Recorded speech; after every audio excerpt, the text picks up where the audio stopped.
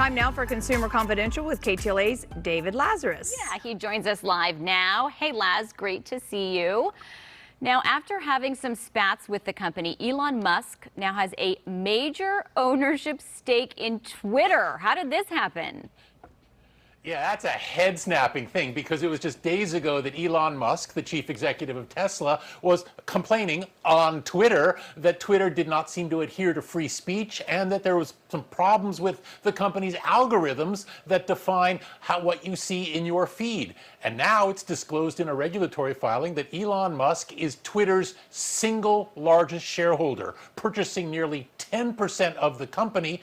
Looks like he spent billions of dollars to do that, by the way.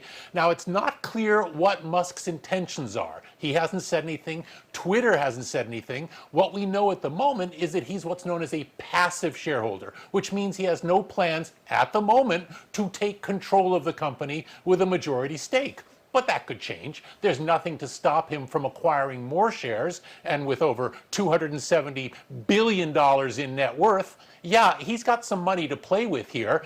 He's also taking a slightly different approach than Donald Trump, who, when kicked off of Twitter, set up his own platform, Truth Social, whereas it looks like Elon Musk is basically moving in and rearranging all the furniture. What happens next? Will he seek a board seat? Will he seek more control? I'll get into that in a few minutes at KTLA.com. All right, we'll check that out, David. And then also this morning, we're hearing there's a recall that parents need to be aware of.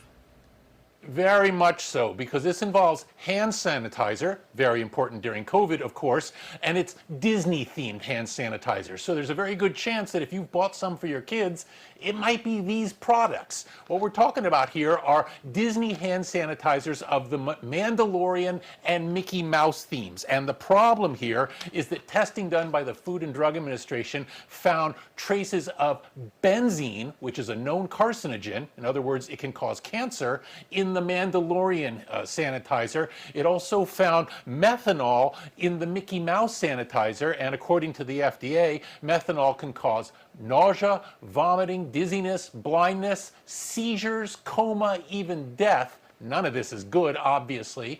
Now, the maker of these hand sanitizers, a company called Best Brands, says it's not aware of any adverse reactions to the products.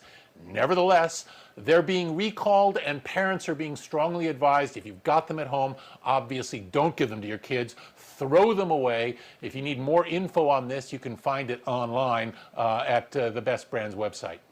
Yeah, that sounds really concerning, Laz. And now this last story, it definitely raised eyebrows when you teased it a minute ago. Coca-Cola has been releasing new flavors, but the soda company now wants you to drink Pixel-flavored Coke. What could that possibly taste like?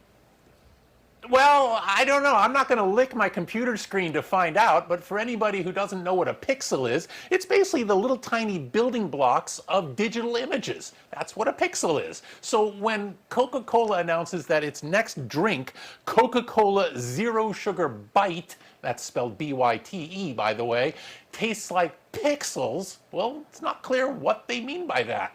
Pixels presumably have no taste whatsoever. This follows Coca-Cola's last big buzzy drink that it said was inspired by space. That was Coca-Cola Starlight. And space, to the best of anyone's knowledge, also doesn't taste like anything. So Coke seems to be on a weird kick where it's advertising beverages that seem to have no taste at all. Now, mind you, they also sell water, so it's not clear why they would need to branch out from that. Obviously, you build some buzz when you have these goofy kind of beverages that you're offering up like this.